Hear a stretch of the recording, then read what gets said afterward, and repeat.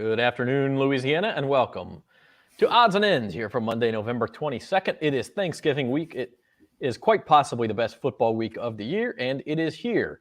We are powered by bet.nola.com and brought to you by the Caesar Sportsbook. I'm Zach Ewing. That's Devin Jackson and Jim Derry. They're much smarter than I am, so I'm going to let them do most of the talking today about the weekend that was. Well, okay, let me rephrase that. Devin's much smarter than me, and then Jim's here too. Jim, how those Buffalo picks work out for you on Sunday? As well as Trevor Siemian worked out for the New Orleans Saints.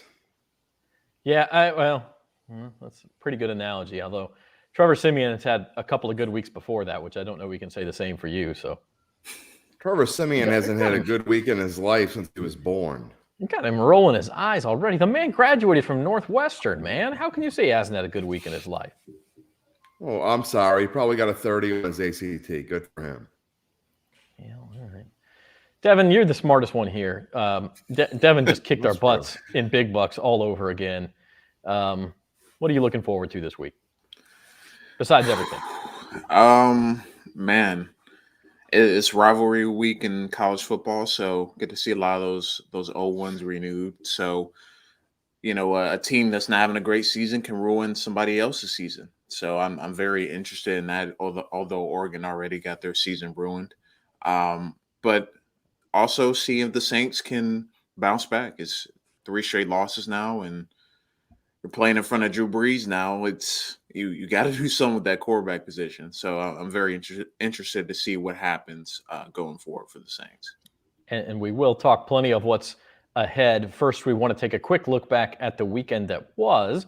But even before we do that, let me say that our sponsor, Caesar Sportsbook, would like you to sign up for their app. And we think you should too.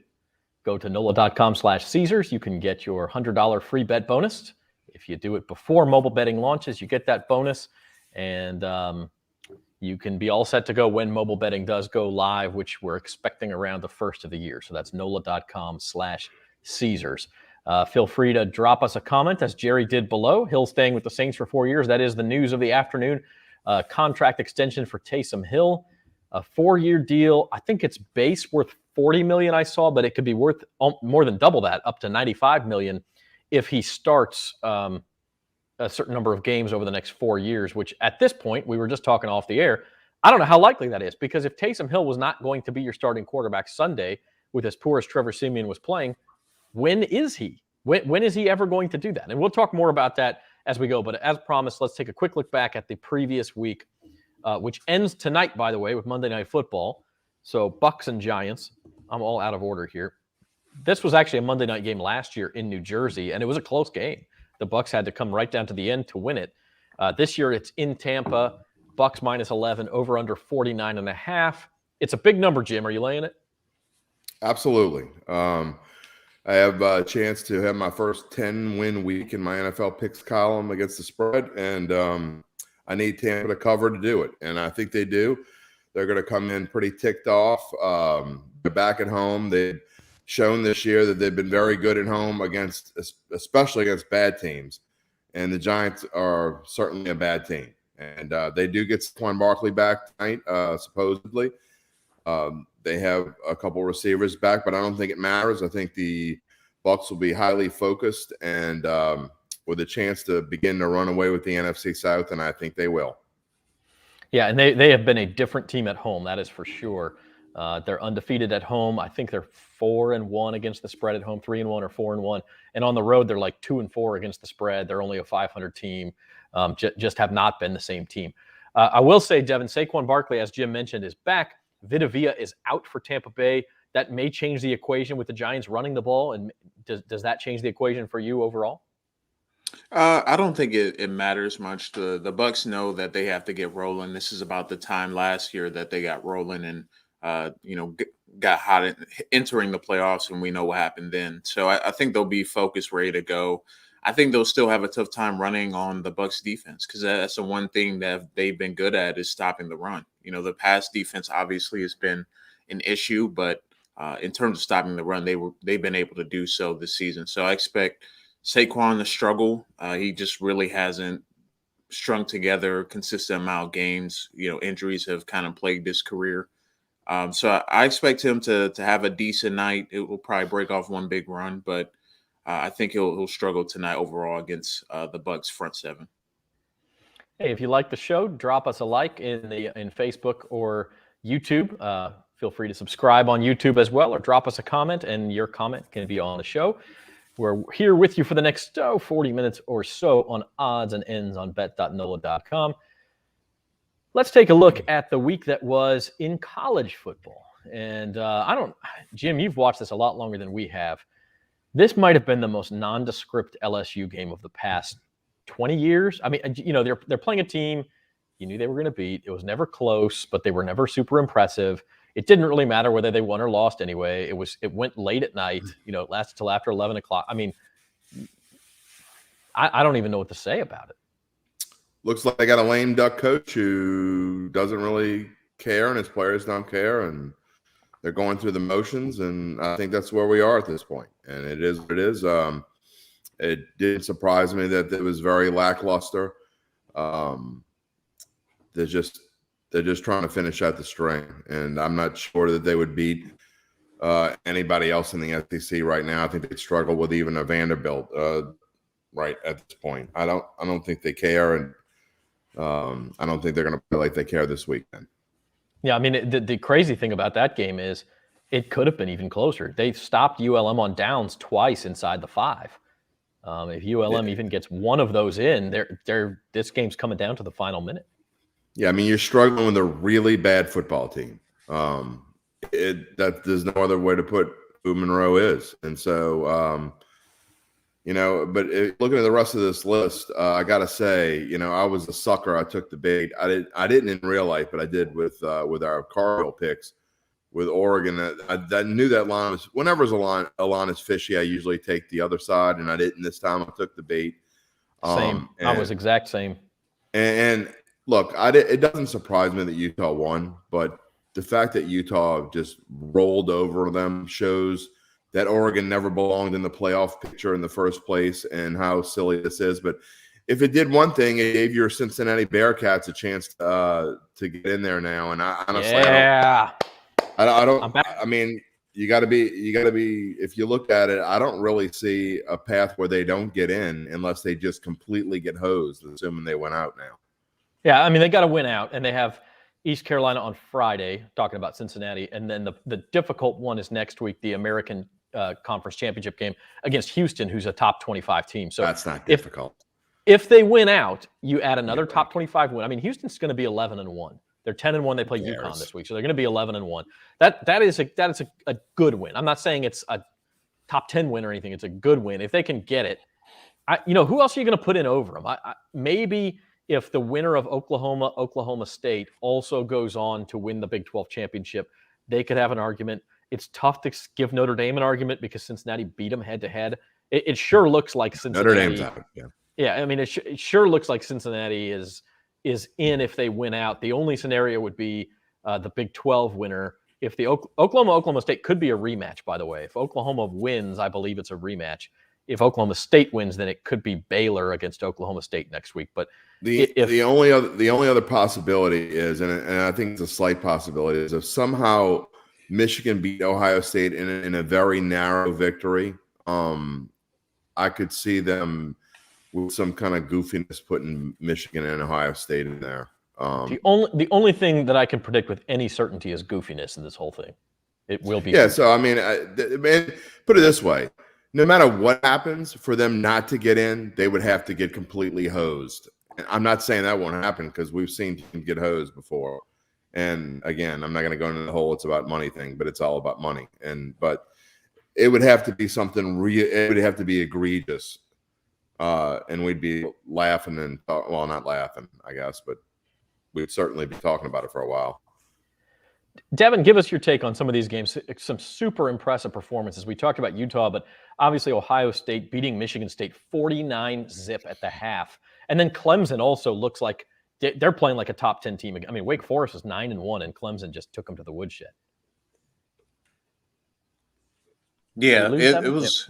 Yeah, I'm here. Clemson. The thing about Wake Forest was that they they were never really. I don't really think they were ever a threat to make the playoff. I mean, even if they beat North Carolina last week, or I don't know if it was last week or the week I before. think it was 2 weeks ago. Yeah. I still think they were going to lose at some point. You know, they're just an inexperienced team in terms of winning, and they really don't have the talent that someone like a Clemson does. And then Clemson showed them exactly who they were. But also the Utah game, I kind of saw it coming. I didn't expect it to be a 31-point blowout, but I thought Oregon was in danger of losing that game, and they lost it handedly. So it was one of those weeks where either you're going to make your money or not, and Oregon folded. So Pac-12 was out of the race now, and now it's basically up to Oklahoma State to win out and give the Big 12 a chance to make the playoff. Because if they don't win out, then it's the Big 12 might be eliminated itself too. I mean, I think Oklahoma, if they beat Oklahoma State, they're one-loss team also. Whoever wins the Bedlam game is still, they're sort of in the first chair out in the musical chairs. They need something else to shake out for them to get in my eyes. But we'll talk about that in a minute because we do have national championship odds. But it's, and the other thing there was Alabama only beating Arkansas by a touchdown. Arkansas kind of pulled out all the stops. They had a fake field goal. They went deep, very aggressive, and nearly paid off for them. Bryce Young had an unbelievable day, 556 yards, I think it was, passing. Alabama and Georgia. I mean, I don't want to look ahead past the rivalry week, but throw your mortgage payment on the Bulldogs. Alabama's going to score points, though. Throw your mortgage payment on the Bulldogs. It's like free money. It's Christmas. We will certainly talk more about this next week, but it's a fascinating game. Alabama has only been an underdog once in the past 10 years. It's only going to be fascinating until kickoff. And they won, by the way. Alabama did the one time they were an underdog. So we shall see how that goes. Move on to the NFL real quick, just to wrap up the weekend. The Saints, probably less that's said about that, the better, although I'm sure we'll say plenty. They lose 40-29, and it wasn't that close. Bills lose 41-15, and I'm not sure that was that close. Vikings surprise the Packers. Chiefs Cowboys really the only surprise at 19-9, a low-scoring game. Cowboys offense really struggled without Amari Cooper. CeeDee Lamb went out halfway through. Their starting tackle Tyron Smith was out. They just were not the same offense. And then a Sunday night game there, Jim, that was wild and crazy. Steelers in the back door, baby. Almost won outright. Yeah, it was great. It was great for my picks. I had already written that one off. And, they came back and just showed you that the Chargers aren't very good, and because these are two not very good teams. And in this whole wacky, mediocre world of NFL football, if you have any hope for the Saints, that's why you should, I guess, be unlike me and keep your hopes up, because the NFL is so mediocre. There really is no dominating team. Assuming that eventually a change will be made at quarterback, even the Saints are still have a chance. And I say have a chance. They're technically number 7 seed right now. Right. They'd be in the playoffs if the playoffs ended, if the playoffs started next week.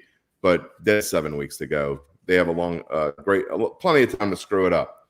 But there was some surprising things here. I mean, I'm not going to lie to you. I was shocked by the Bills score. Not even as much that they lost, but just were thoroughly dominated. So, they couldn't stop the run. They couldn't stop Jonathan Taylor for sure. But most of these other games didn't really surprise me very much. I had the Vikings just about everywhere. I thought the Bengals would win. I didn't think they'd win by 19 points, but and that game was closer than that. That game was a 1-score game midway. Yeah, they had 10 points there scored in the end, yeah. But the Raiders aren't very good. So if you look when we do look ahead this coming week, I have been lucky enough to stay alive in my knockout pool, and there are only 15 out of 540 left. And let me tell you, this might be the toughest week I've ever had to pick a game, because if you look at the week ahead, it is super, super tough. Yeah, I think I was looking next week in the NFL, and we'll do look-ahead lines here toward the end of the show, but there is not a single line of more than 7 points, and that's the Raiders-Cowboys on Thanksgiving. That's a 7-point line, and I don't know that you can trust it. Now, The Raiders are a mess, but are you trusting the I Cowboys? have to. I have to. I don't have a choice. I'm going to have to. So that's that is certainly interesting. I did want to point out too, in the Thanksgiving Day games: Bears against Lions, Raiders against Cowboys, and then of course Saints against Bills. All 6 of those teams lost yesterday, and they have short weeks, and so it's going to be sort of a desperation Thursday on Thanksgiving. And I think Saints Bills is probably encapsulates that more than anybody, because the team that loses that game is in full on panic mode. For sure. I mean, for sure. And especially, again, we talk about the mediocre NFC. The Saints can really afford to. I was talking about with Fletcher Mackel this morning on Datitude. I mean, theoretically, the Saints might be able to go 8-9 and still make the playoffs. The Bills, I mean, they need to play games at home.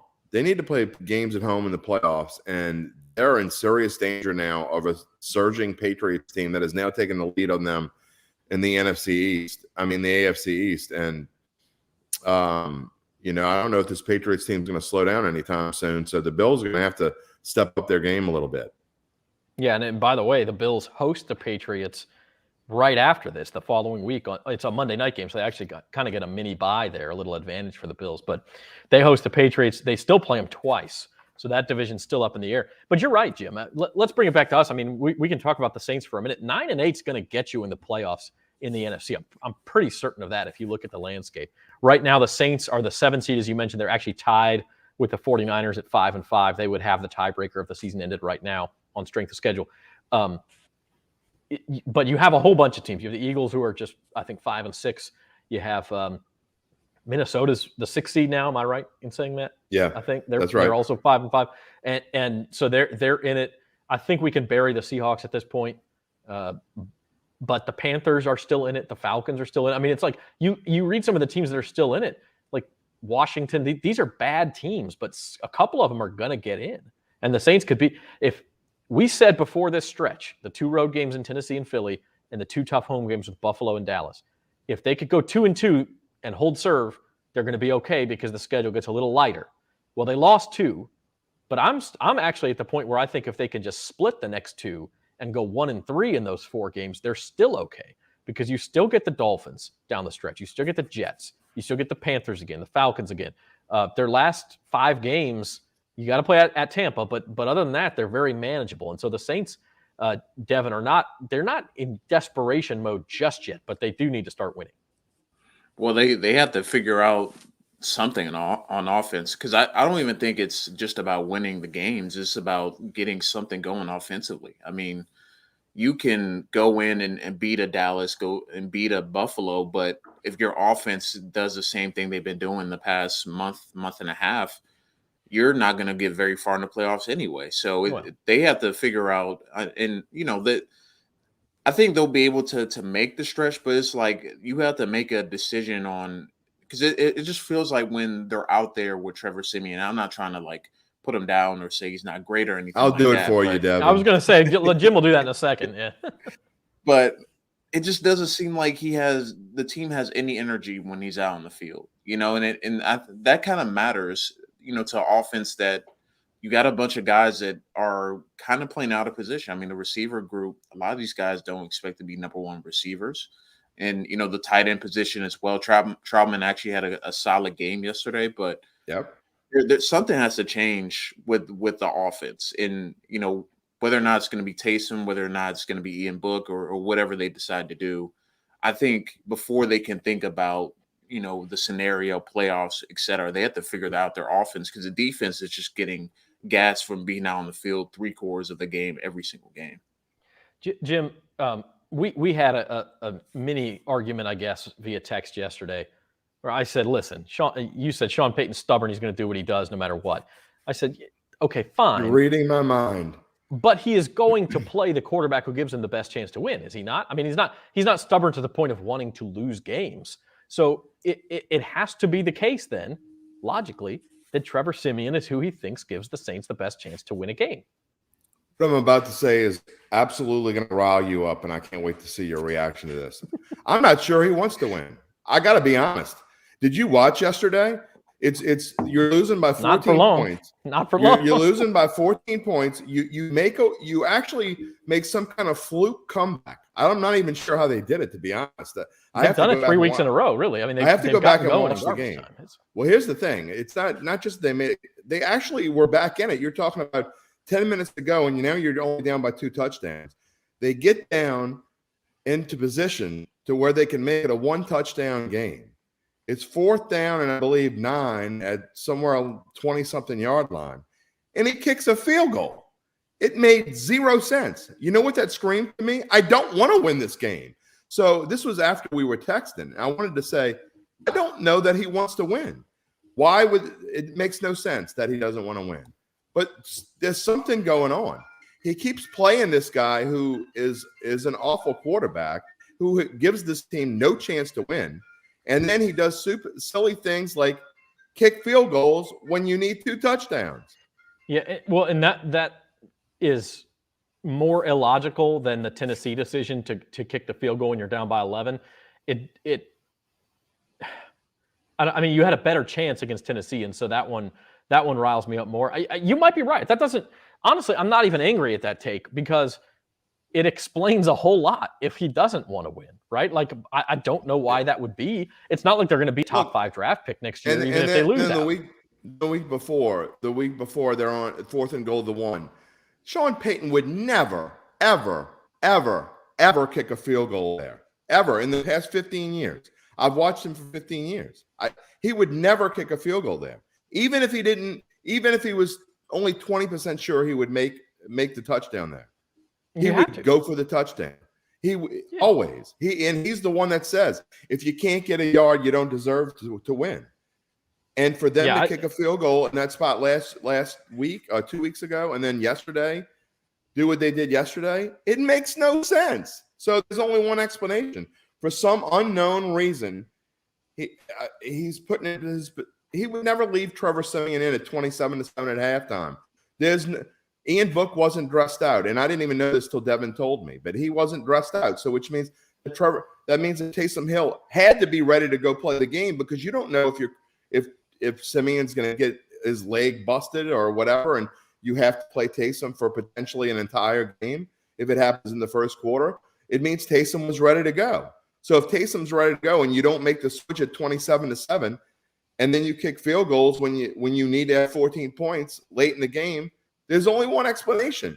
And I wish you would tell us because it shows to me you don't want to win. You don't care. Did anybody ask him about that field goal? I did not see an explanation for it. They're too scared to ask him. Yeah, that bothers me. I wish they had because I would like to know. Hey, you're watching Odds and Ends here on bet.nola.com. Zach, Devin, and Jim with you. We are brought to you by Caesars Sportsbook. I encourage you to go to nola.com/Caesars to sign up for the Caesars Sportsbook app today and get ready for mobile sports betting in Louisiana. Devin, as always, we're going to ask you to talk some sense into the both of us here. Good luck. Yeah, I don't even know where to start with this. The field goal cannot be defended in my mind, but I mean, you tell me, Devin, can you think of a reason he wouldn't want to win? I mean, it's not like they're going to get a top 5 draft pick at this point. It can't be that. I don't know. It has to be there has to be something going on, whether it's like between him and the coaches or something. But I just have a feeling like there has to be someone in that locker room that's like, look, like he's not giving us the best chance to win, but maybe he's trying to prove him wrong. I don't know what he's trying. I'm trying to rationalize in my mind, like, why would he decide not to change quarterbacks if it was that bad, or decide not to go for touchdowns in the fourth quarter? Like, to me, like, if you're putting effort into trying to come back in the fourth quarter, like, trying to score, what's the point of kicking field goals at that point? It's like you're just getting points to get points. Like, that's a first quarter, second quarter decision. Like, if you just need points, you just need them. But to like not kick the field goal there, it just like even the sad thing, Devin, is I think even if you're in the second quarter and you're down by 14 points, I think you're going for it there. I mean, that's why it really made no sense. When you really need it, you don't have a choice. I mean, so it's something earlier in a game you would probably go for it, and you're still doing it when you have to have it. It makes no sense. Yeah, I don't know. It didn't even help him cover the spread, all right? Like, at least against Tennessee, the field goal helped him cover the spread. I know that's not what he's doing, but even from that, it didn't make any sense. And why won't any of our colleagues ask the question? Are they so scared of this man, of being ostracized and him not calling? I mean, what are we like? It's like you're sitting in the Oval Office and you're talking to Trump. I mean, you're scared that he's going to blast you or something if you ask him a question he doesn't like. I mean, it's getting absurd.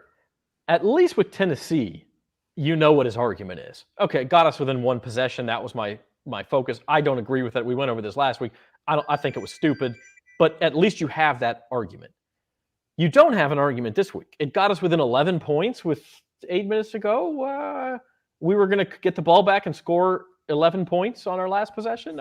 Even thinking about it from a player perspective, like, that's a momentum killer, especially for the defense. Yeah, they just stopped them 2-3 straight times. 3 straight times, and then they let them go down the field after the field goal. They're like, well, if you don't care, I don't care. Yeah, so it's like you could see like a shift, because like the defense was more hyped up, after making stops. They were more behind the offense, and then they were going down and scoring in a couple minutes time, and then you kick the field goal, and you could just feel kind of like, you're not at the game, so you can't really tell, but you could see like the defense, like, what do we have to do? So yeah. I feel like the game's over at that point, right? I mean, it's and then not only that, they give them the lob ball. I don't know who it was that asked him. I hope it wasn't one of our guys, because I couldn't hear the voice real well. I really hope it wasn't one of our guys that asked him this. Boy, you had all those injuries. Like, here's your excuse, please. And he even said, thank you for the question. I mean, here's your excuse. Let's get some. I don't know who did it, but it was like one of the third question asked. I mean, we're going to give them all the excuses. We're going to give Simeon excuses. We're going to give the team no more excuses. Okay. Look, the other teams in the league that you're playing aren't that great. I mean, the Eagles aren't that great. Okay. They got a losing record for a reason. The Giants aren't very good. The Falcons have not scored a touchdown since they played the Saints, and they've scored 3 points total since they beat the Saints. So they're not any good. Okay, so let's don't make excuses for who's here, who's not here, blah, blah, blah. In fact, I'd love somebody who's watching right now to offer a comment on what they think, and if there's something that I'm saying or we're saying that isn't right, because frankly, it's the only thing that I leave with watching the Saints the last 2 weeks, not so much against Atlanta, the last 2 weeks in particular, is just frustration and ticked off. And why am I wasting my time watching this, except I have to for my job? Because if I didn't have to for my job, I really think I would have walked out the door at halftime yesterday. Spend a Sunday with your family out in the sunshine. Before, just to kind of wrap up the discussion, because they play Thursday, the Saints had to release an injury report today. And they did not practice today. And so this is what they call a simulated injury report, where, hey, if you had a practice, who would have practiced and who? It's one of these stupid NFL things, but this is what they do. And so looking at that injury report is very full, of course. But the good news is both quarterbacks, Taysom Hill and Trevor Siemian, they say would have practiced in full. So they will have their choice of those two, apparently. Limited practice. Yes, good news. I know you're laughing at that. Limited practice, Mark Ingram, Teron Armstead back up to a limited practice, so maybe a chance he plays on Thursday, and Ty Montgomery. Now, the bad news, did not practice or would not have practiced Alvin Kamara, Ryan Ramczyk, and Marcus Davenport and Adam Troutman, who both got injured on Sunday. And if that's the case, if that quartet is missing, Kamara, Ramczyk, Troutman, Davenport, I can't see Troutman playing this week. I don't know about Davenport, and I don't know how bad Kamara. I mean, Kamara, the last time he was hurt and missed a couple of games, he was never the same again. That was a high ankle sprain, so that's a little bit different. But at this point, it's getting to the point where why risk injuries to your key guys? Hold them out until you get this winnable stretch of games, because you're not beating Buffalo, and I don't really think you. I mean, you could beat Dallas, maybe. You're not winning this week. They're not winning. Buffalo's got its own plethora of problems, man. They're a mess too. So I don't know that I would go that far. Had I not used my knockout pick on Buffalo already, I would use them this week. The Saints are not winning this week. Okay. I'm taking Saints +4. I'll say it right now. Okay, good. I don't know if they'll win, but I'm taking Saints +4. That makes me feel a lot better about my Bills pick. Okay. Wow. Who's winning between us and Big Bucks again? I know who's winning the Carville picks. That would be me. I'm about 2 picks behind you now. It's all right. I'm right on your tail. That would mean I'm winning. Yeah, but we'll see. We'll see. That wasn't the question.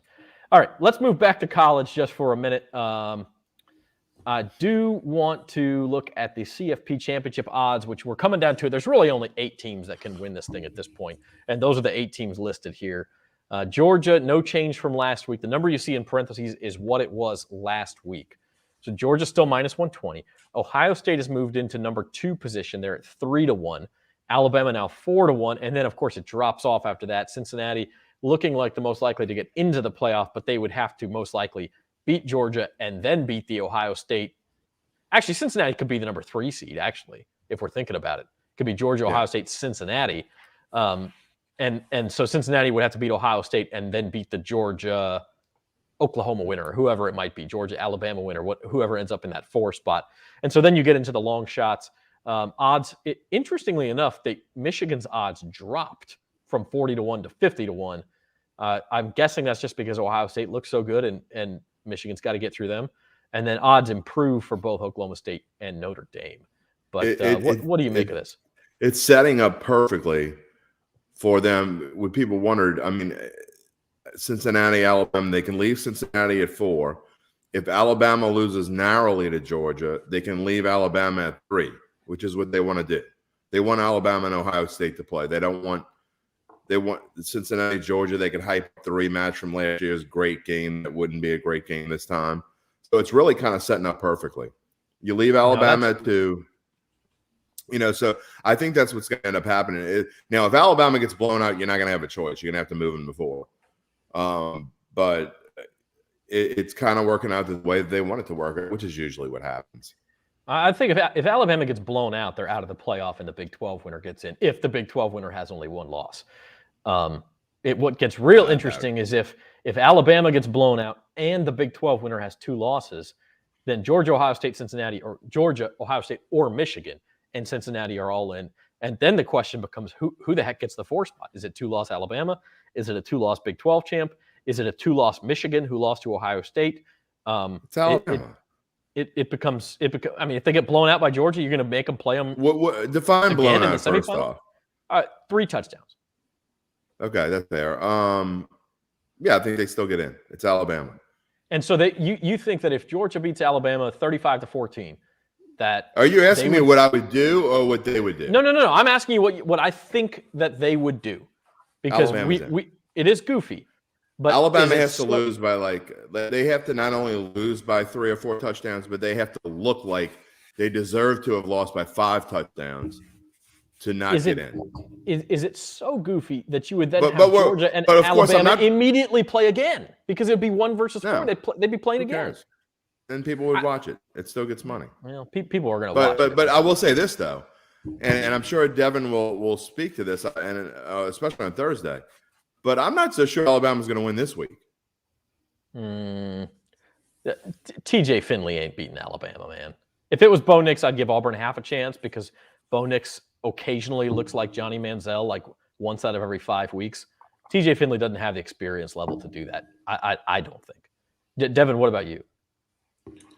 I don't think. I think Auburn's chances dropped significantly because they lost Bo Nix. I mean, they're coming off a loss to South Carolina. And, South Carolina, I mean, they somehow got the bowl eligibility after being Florida and Auburn back-to-back. So that's a miracle. They got Dan Mullen fired. Hey, in between those games. I will argue between LSU those games, kind of got him fired. I'm sorry, Devin, but back-to-back, it wasn't back-to-back, because in between those games, South Carolina went to a little place called Columbia, Missouri, and took that L. just to set the record straight. Your alma mater is... Go ahead. But back to the question. I don't think I don't give Auburn much of a chance against Bama. I just think they just haven't been playing good enough football. Really, the last month of the season to really make a push. I think they can make it an interesting game first half, but I think that's going to run out in the second half. Alabama knows they have to win out and face Georgia. I know they could be looking ahead already since they already wrapped up the SEC West, but it is a rivalry game, and I do expect Alabama to come out on top. But when I look at this odds list, I actually like Cincinnati here. I think I would put some money down on them to win a national championship.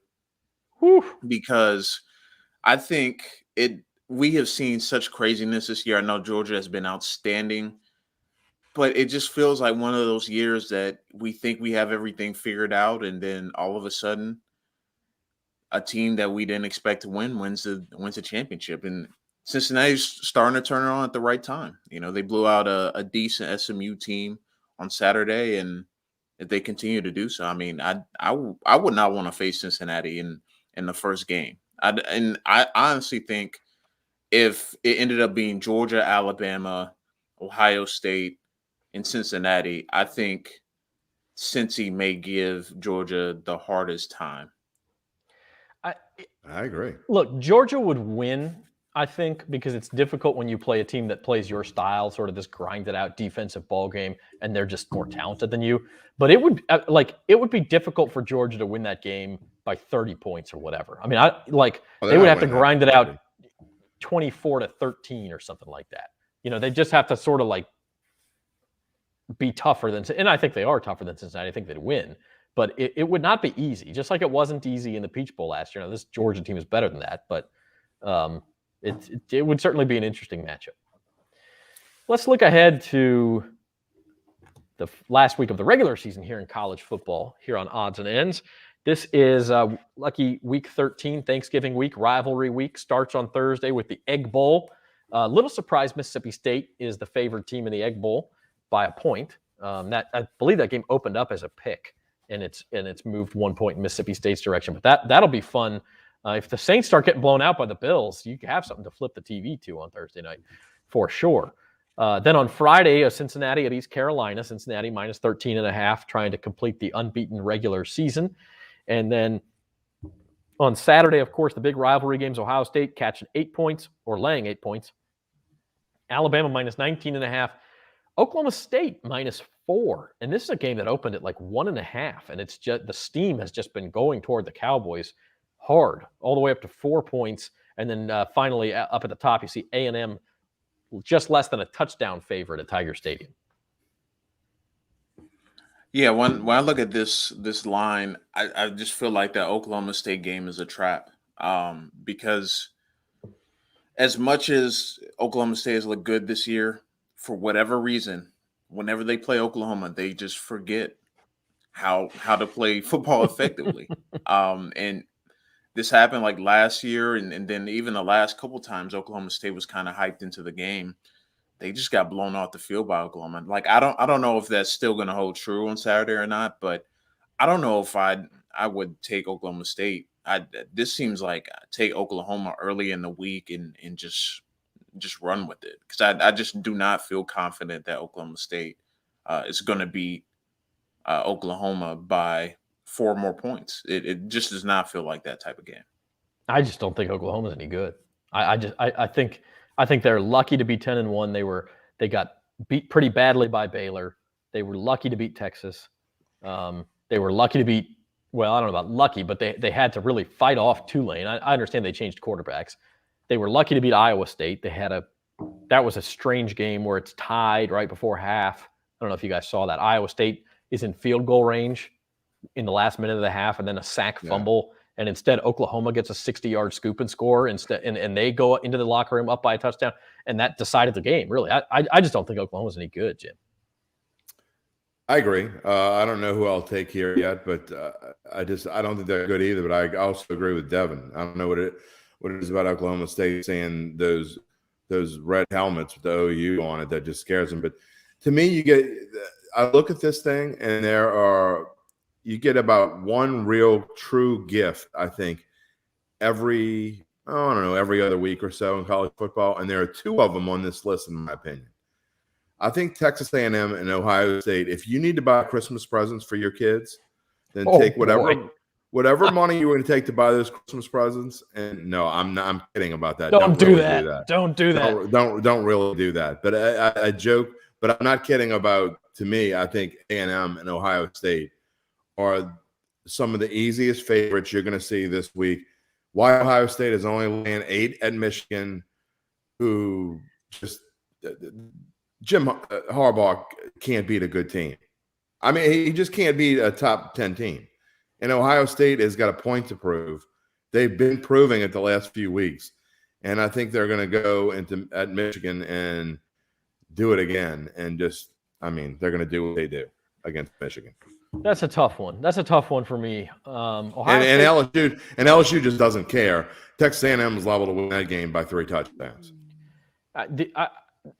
Ohio State looked fantastic against Michigan State, right? I mean, just unbeatable. And really the same way the week before against Purdue. I mean, it just looked like that offense can't be stopped. But rewind 3 weeks, and they could barely beat Nebraska. Rewind 4 weeks, and they could barely hold off Penn State. I don't know, man. I mean, Michigan's easily the best team they played all year. I don't know. That's a lot of points for a road team. I know what you're saying. I know what it feels like. I'm not 100% sure on that. I still have not decided how I'll pick. And then the only thing I'll say about LSU is when is Coach Orgeron at his best? It's when you count him out. And everybody's counted him out one last time. And maybe he doesn't, and maybe the players don't. Can't you just see the Les Miles getting carried off the field after beating Jimbo Fisher? I mean, no. No. I mean, I can see Jimbo Fisher getting carried off, man. You know what would be funny is if Jimbo Fisher beats the heck out of LSU and then goes and puts an LSU shirt on right after. Goes into the LSU press conference. Yeah, exactly. I'm the new head coach. That would be fantastic. I don't think it's going to happen. That would be a great movie script. The hell with the Rudy scene. Yeah. Believe me, I would flip from Bedlam to watch the post-game press conference of that thing. So that'd be good stuff. Yeah, no doubt about that. No doubt about that. Look, it's a great weekend of college football. I mean, even besides these games, Nebraska, Iowa is going to be good. You guys know Nebraska. They play on Friday. Nebraska's 1-7 in the Big Ten. They have a positive point differential in Big Ten games. That's impossible. It still bugs me they don't finish with Oklahoma, though. If they lose this week by 6 points or fewer to Iowa, they will be 1-8 in the Big Ten and still have a positive point differential because I think it was Northwestern they beat by like 56 points, and they've lost every other game by 3 to 6. It's impossible. But yeah. That's where Nebraska's headed. So that's their Georgia Tech, Florida State is going to be some real sicko stuff. Like Dan Mullen gets fired at Florida, and so I don't even know who's coaching it. Has anybody heard who's coaching the Gators this weekend? Oh, Florida State's not. Will be the least attended Florida State game in history. I've actually covered one of those things, and it's crazy. And I don't think it's gonna be crazy this week. Listen to this. I got to give Andy Staples credit of The Athletic because he was the one who first put this idea out there. But can you imagine? You want to know a way to boost some attendance? Let the old ball coach be your interim coach for one game. Let the old ball coach come back, Steve Spurrier, for one game and see what happens in Florida State. I would lay my house on the Gators if Spurrier came back and coached that game. He would find a way to beat the Noles one more time. I know he would. See, but then it would be like the Saints starting Taysom Hill and he actually does well. Then you'd have a controversy. People would want him to come back for good. No, but Spurrier could put that to bed. He could come after the game and say, look, yeah, Spurrier comes out. Look, I'm almost 80 years old. I own a restaurant. I'm retired. I just came back to have fun for 1 week. Happy Thanksgiving, everybody, and good night. But he could put that to bed right away. But it would be so much fun. Just 1 week. Scott Strickland, I know you're not listening to us, but maybe somebody can send him the recording, please. For 1 week, Steve Spurrier. Then it would really be some sicko stuff. So, speaking of sicko stuff, Georgia and Georgia Tech is going to be an absolute murder. Clemson, South Carolina is always great. Louisville, Kentucky. I mean, it's just a great weekend of football. I'm trying to tell my dad not to turn the TV on this week. He's a Georgia Tech alum, so. Oh, no. I told him I think it's not a good week to watch football, Dad. What was it, Notre like Dame 55 and to nothing? Georgia, Notre Dame and Georgia back to back to end the Yes. season. Oh man, It's going to be bad. It's going to be bad. Yeah. All right. Before we go, one last look ahead at Week 12 in the NFL. Of course, it starts on Thursday with the Thanksgiving Day games. Bears are -3.5 at the Lions. The Cowboys 7-point favorites at home against the Raiders, and then the Bills -4 at the Dome. Jim, I guess you and I are going to lock heads on this one because I like the Saints to come back and play well. I think you've kind of given up on Sean Payton. I still think he might not be the smartest man in the room like he thinks, but he's still pretty darn smart. He's the smartest man in the room. I guarantee you, whatever he's doing, there's some evil plot behind all of it. I'm not saying he's not the smartest man in the room. He's certainly maybe the evil plot is was to rest all these guys and have Kamara and Ramchick and Armstead come back for the Bills and Cowboys and beat them both at home. I don't think it matters, but sure, if you want to do that, no, there's some more devious, sinister plot. I don't know that we'll ever find it out, but yeah, it doesn't make any sense. But I'm going to tell you what doesn't make sense, and I'm not jumping off the Bills Saints because I do want to. I know we got to sign off soon and all that, but I do not understand the Patriots Titans line at all. There is no way in hell the Patriots ought to be laying 5.5 to the Titans. See, no, it doesn't make any sense. I get the Titans stunk up the joint last week, but they beat the Bills, they beat the Chiefs, they beat the Rams on the road, they beat the Saints. We're talking about 3 weeks ago teams that were supposedly the best teams in football, and the Titans beat them all. And I get that Derrick Henry's not there and that they laid an egg last week, but we talked about why, and that was one of my bets of the week. If you look at big bucks and you take off where I had the Bills everywhere, my second biggest pick, and it was my number one pick in my NFL picks column, the Titans getting 10.5. And I even said, don't take Titans in the survivor pool. It was a bad week because where it sat between a bunch of really good teams and then looking ahead to the Patriots, it just was not a great spot. And then it rained on them, so that made it even worse. So they couldn't throw the ball very well. But that line makes no sense right now, and I'll be all over the Titans this week. I can tell you that. That's a fair point, Jim, because the NFL playing NFL games, gambling on the NFL is all about reading where the overreactions are. Patriots look like world beaters. They look like they're going back to the Super Bowl the last couple of weeks. They're not that good. Titans laid an egg against the Texans. They're not that bad. So 100%. You're right. And the Titans that had 5 turnovers. 3. Yeah, the Titans had 5 turnovers. So I don't know. Yeah, I think you're right about that. And then another sort of overreaction line. Well, I guess I can't say that yet about the Bucs and the Colts because the Bucs haven't played tonight, so we don't know. But the Colts playing so well now, they're getting less than a field goal against the Bucs. That line may change after tonight, but that's an interesting one too. Rams Packers, the big afternoon game. Browns Ravens is the Sunday night game, which the last time they played in prime time was the Lamar Jackson, I gotta go game. He comes back out. Yeah, that's right. that was a Monday night game, wasn't it? Yeah, I think it was a Monday night. This is a Sunday night game, so hopefully we get some sort of repeat of that drama. Not specifically, and he came back, and then they didn't think he'd come back, and he came back because the backup quarterback got hurt, and then he came back in and led him to victory. The I gotta go game. That's great. So we'll see what happens this week, but just another great slate of NFL games. Devin, what sticks out to you in this list? Definitely the Patriots line. I feel like everyone is ready to crown them as the Tom Brady type Patriots where they are unbeatable now. So that line definitely sticks out to me. There's a huge overreaction to the Patriots being better than they were to start the season because, there's people thinking they can make a Super Bowl run all of a sudden now. So that was definitely the one that stuck out to me.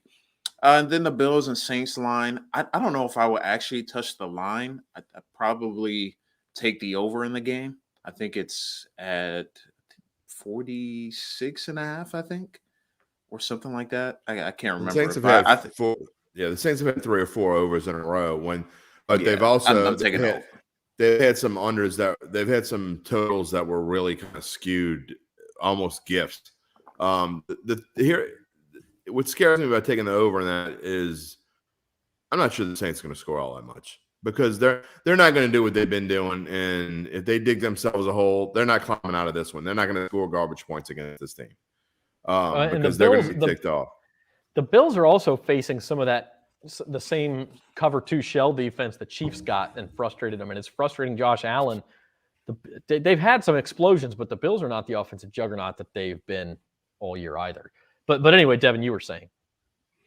Yeah, I would just say I'd probably take the over in the game if I took anything. I don't really feel confident about the line because the week that you don't take the Saints is the week that they decide to put everything together and look like a competent offense again. So that's why I don't even like messing with the Saints lines because they've been so hard to figure out all season long. And then the Colts are. I think people are starting to come around to that the Colts could be a playoff team. They look really good against the Bills.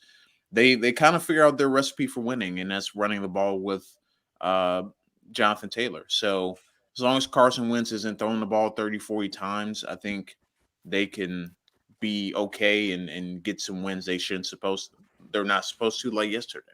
So we'll see how that line changes. But if it's over 4 or 5 points, I don't know. I might take the Colts again this week. All right. Well, speaking of this week, let's tell you our plans for the rest of the week. It's a big one. Tomorrow afternoon, Spencer Urquhart and myself will be here for the Fantasy Roundup. I'm thanking the fantasy gods for Austin Eckler today, and we'll talk more about that because he saved my butt last night. 4 touchdowns, 110 total yards or something. So we'll talk. Spencer and I will talk about that. We'll have your waiver wire pickups, all of that for a big fantasy week. Then on Thursday at the book, we'll actually be at the book. I will be live at Harrah's, New Orleans during the Cowboys-Raiders game. We're going to go live at 4 p.m. on Thanksgiving. So after turkey dinner, before turkey dinner, whatever you can, log on to bet.nola.com, our Facebook page, our YouTube page. Check it out. And we'll preview Bills Saints all the way from Harrah's. You can see the scores of people standing in line waiting to get their bets in and then heading over to the Dome for that game. And then, we'll have Cashing In with Carville that day too. He'll make his picks. You can log on to nola.com/cashing-in to make your picks. And then we'll do it all again next week, next Monday afternoon, odds and ends right back here at 4 o'clock. And talking about the weekend that was, setting up the championship week in college football. And I'm sure there might be a little bit of talk about the Saints quarterback situation and Sean Payton. We don't talk a lot about that, but we might get to it next week. Well, it depends on how the game goes. That was sarcasm, by the way. We're going to talk about it. That's on you. You run the show, so. Okay. I'm going to put a moratorium on saying anything about Sean Payton or Trevor Siemian next week and see if Jim can follow it, because I don't think he can. Can I hold up signs? That would be Love Actually style. That would be fantastic, actually. I know it's Christmas time, and at Christmas you tell the truth. Trevor Siemian sucks. That would be fantastic, actually. I'm on board with that idea. Okay, I'll have my daughter draw some out. She's good at it. Let's do it. 4 o'clock tomorrow, Fantasy Roundup. 4 o'clock on Thursday at the book, live from Harrah's, New Orleans. The Saints play 7:20 Thursday night. Until then, for Devin Jackson and Jim Derry, this has been Odds and Ends, brought to you by Caesar Sportsbook. I'm Zach Ewing. Have a good day.